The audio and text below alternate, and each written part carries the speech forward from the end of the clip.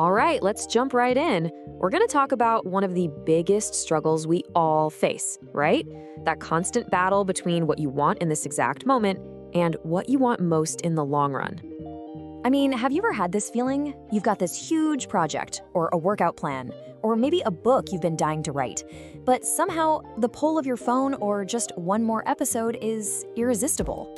You are definitely not alone, and it's not just a case of being lazy. There's real science behind this. The answer is actually a pretty fascinating story. It starts with a simple treat, takes us deep inside the wiring of our own brains, and most importantly, it ends with a practical toolkit you can use to really reclaim your focus. So let's get into it. So our story begins way back in the 1970s at Stanford University. And it's here that one of the most famous and honestly one of the most revealing experiments in psychology took place. The setup, run by a psychologist named Walter Mischel, was just brilliant in its simplicity.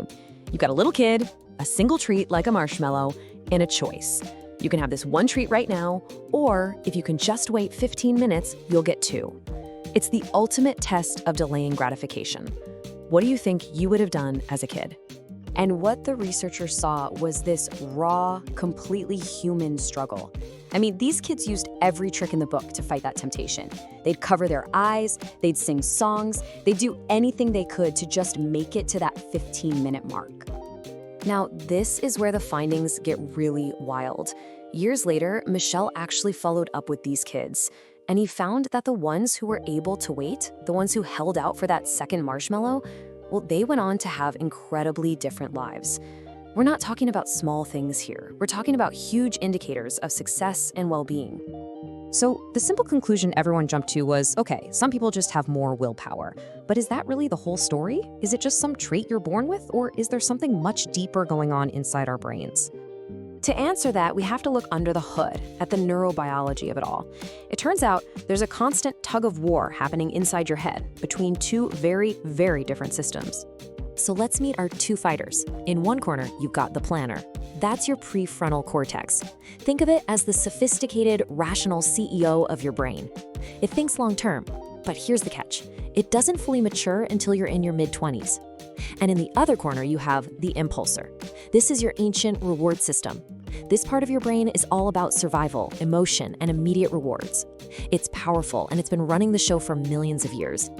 And the fuel for this impulsor system? Dopamine. But we need to bust a huge myth right now. Dopamine isn't the pleasure chemical. It's the motivation chemical.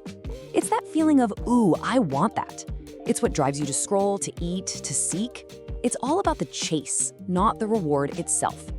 Okay, so if this battle in our brain is ancient, why does it feel so much harder to win today?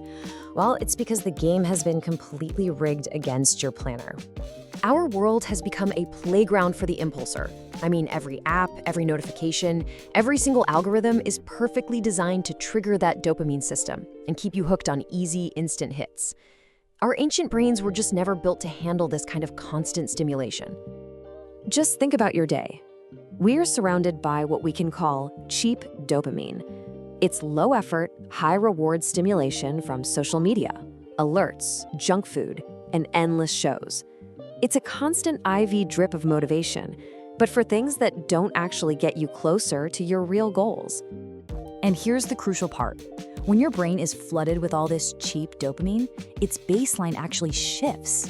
It gets desensitized, and all of a sudden, the quiet, focused work you need to do for your big goals, it doesn't just feel boring, it can feel physically painful because it's not giving your brain that instant hit it's come to expect. Okay, so that's the problem. Sounds a little bleak, right? But how do we fight back? See, it's not just about avoiding the bad stuff, it's about finding better, more meaningful sources of motivation.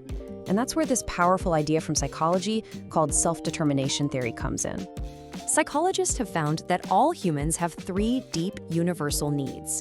And when these needs are met, we get this sense of satisfaction that's way more powerful than any cheap dopamine hit. We need autonomy, a sense of control. We need competence, that feeling of getting better at something. And we need relatedness, a connection to others. This is the good stuff, the high-quality motivation. So how do we put all this into practice? Let's build an actual toolkit. Here are 5 science-backed steps you can take to rebalance your brain and give your inner planner a real fighting chance.